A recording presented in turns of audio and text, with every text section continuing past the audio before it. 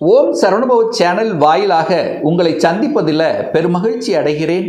இன்றைய பதிவு 2026 வைகாசி மாத ராசி பலன்கள். இந்த வைகாசி மாதத்தினுடைய கிரக அமைப்புகளை முதலில் பார்க்கும் பொழுது, செவ்வாய் பகவான் ஆட்சி பலத்தோட மேச மனையில் வலிமையாக இருக்க போகிறார். அதே போல் புதன் பகவானுடைய பெயர்ச்சியானது வைகாசி மாதம் 15ஆம் தேதி 29/5/2022 மிதுன மனைக்கு சென்று அங்கே ஆட்சி பலத்தோட வலிமையாக இருக்கார்.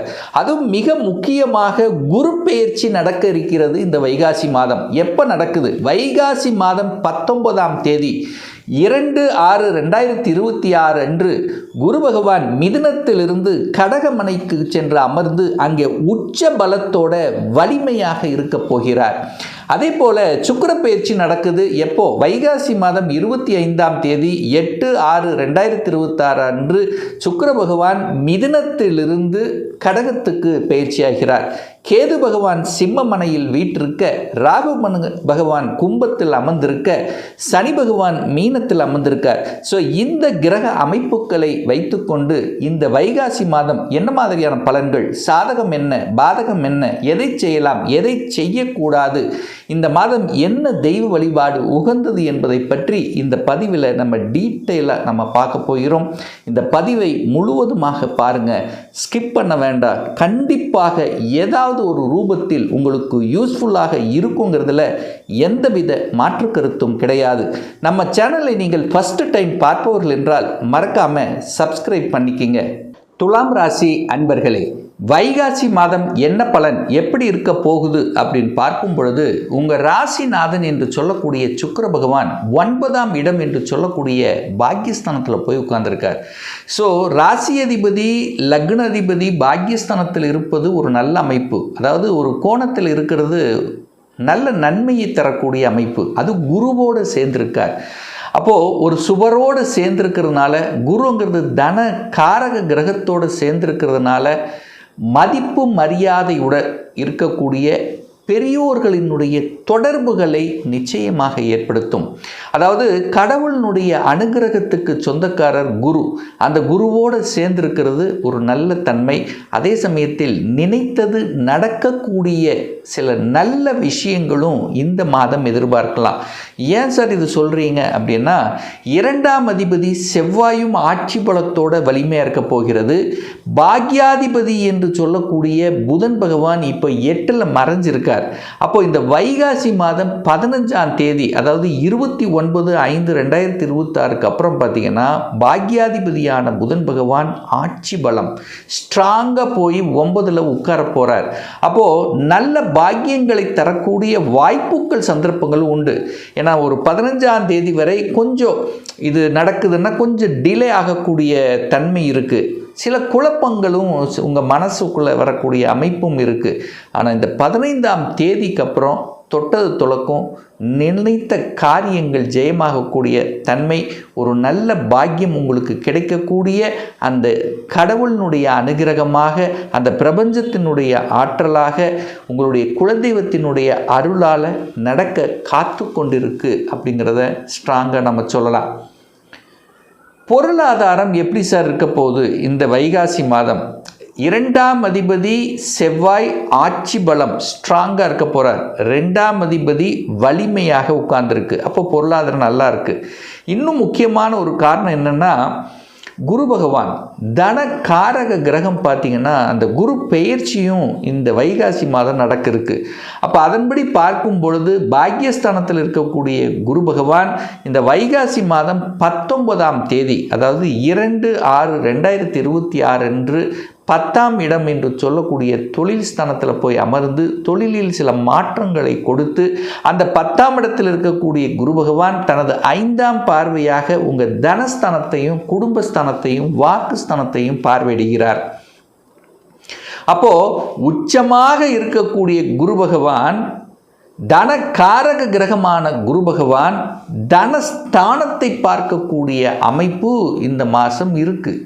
அதே சமயத்தில் தனஸ்தானாதிபதி ஆட்சி பலம். அப்போ 2 பொருளாதார கிரகங்கள் வலிமையாக இருக்கக்கூடிய இந்த மாதத்தில் நீங்கள் எந்த தொழிலை செய்தாலும் சரி, வேலையில் செய்தாலும் சரி, வியாபாரத்தில் இருந்தாலும் சரி, லாபங்கள் கிடைக்கக்கூடிய, பணத்தை பெருக்கக்கூடிய, பொருளாதார மேன்மையை கொடுக்கக்கூடிய ஒரு நல்ல மாதமாகத்தான் இந்த துலாமுக்கு அமைய இருக்கிறது.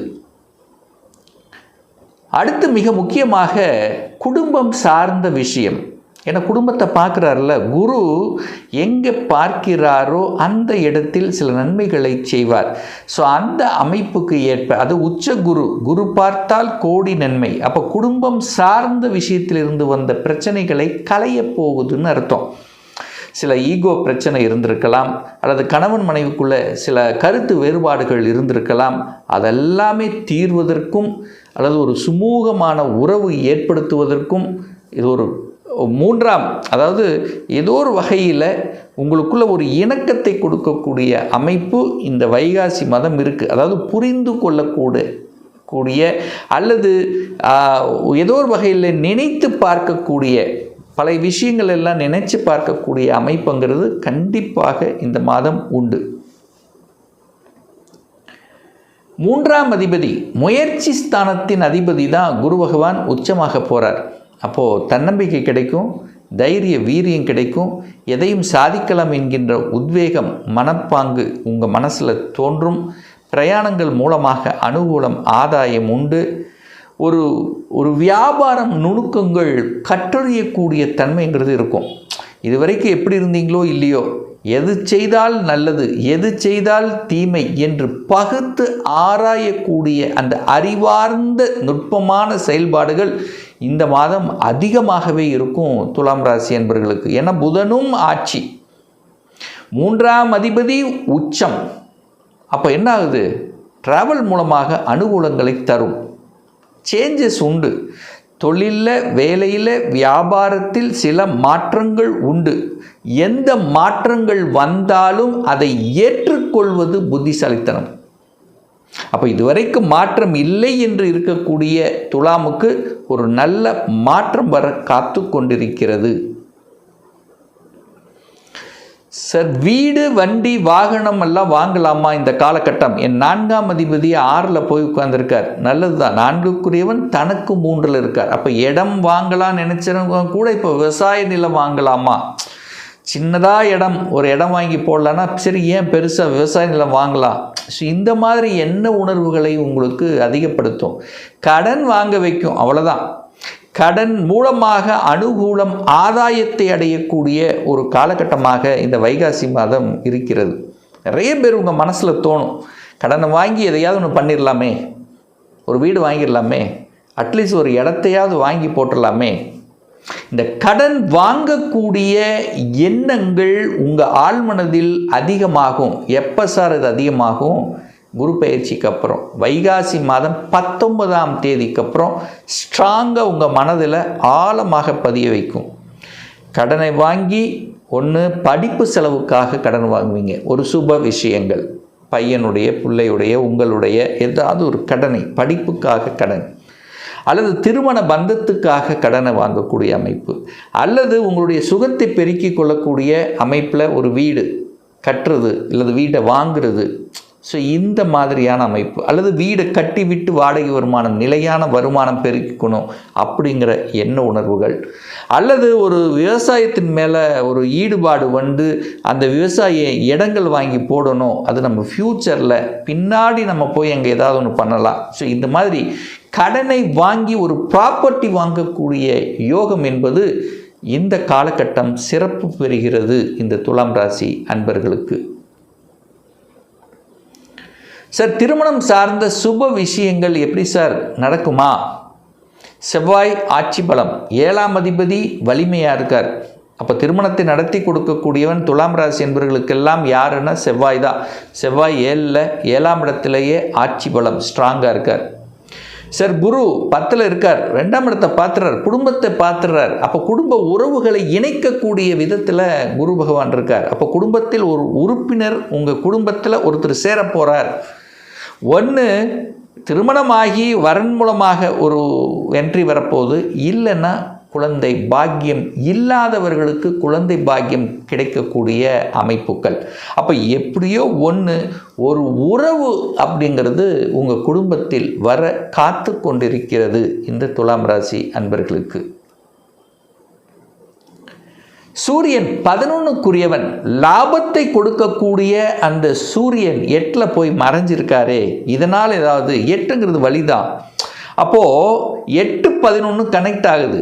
அப்போ என்ன அர்த்தம்? திடீர் அதிர்ஷ்டம் வாய்ப்புகள் வர காத்து கொண்டிருக்கு. என்ன அதிர்ஷ்டம்? ப்ரமோஷன் ஆகாதவர்களுக்கு ப்ரமோஷன் கிடைக்கக்கூடிய அமைப்பு, ஒரு மாற்றம். இந்த மாதிரி மாற்றம் கிடைச்சா நல்லா இருக்கும்னு நினச்சிட்டு இருந்தவங்களுக்கு மாற்றம். அப்போ திடீர் என்று ஒரு நல்லவைகள் நடக்கக்கூடிய ஒரு அதிர்ஷ்ட வாய்ப்புகளை தரக்கூடிய ஏதாவது ஒன்றில், ஒரு ஷேர் மார்க்கெட்டில் திடீர்னு ஒரு இது, அதாவது ஒரு லாட்ரி வாங்கி திடீர்னு ஏதோ ஒன்று, ஒரு அதிர்ஷ்ட வாய்ப்பு, வேலை இல்லாதவர்களுக்கு வேலை கிடைக்கக்கூடிய அமைப்புகள். ஸோ இப்படி நல்லது நடக்கக்கூடிய ஒரு எக்ஸ்பெக்டேஷன் அப்படிங்கிறது கண்டிப்பாக ஃபுல்ஃபில் ஆகக்கூடிய அமைப்பு இந்த மாதம் துலாம் ராசி என்பவர்களுக்கு நல்லாவே இருக்குது.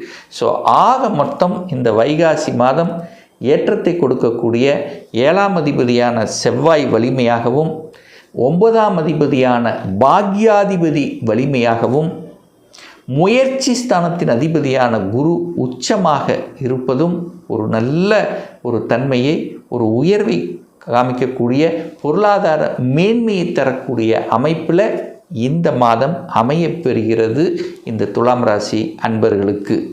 இப்போ நான் சொன்னது கோச்சார ரீதியாக ஒரு பொதுவான பலன்கள். இந்த பதிவை தொடர்ந்து பாருங்கள், ஒரு 3 மாதம் கண்டினியூஸாக பாருங்கள், கண்டிப்பாக பொருந்தி வரும். அப்படி பொருந்தி வரவில்லை என்றால் உங்களுக்கு நடக்கக்கூடிய தசாநாதன் அல்லது புத்திநாதன் பார்த்தீங்கன்னா 6ஆம் அதிபதி, 8ஆம் அதிபதி, 12ஆம் அதிபதிகளுடைய தொடர்பு அல்லது பாவ கிரகங்களுடைய தொடர்பில் கண்டிப்பாக இருக்கும்.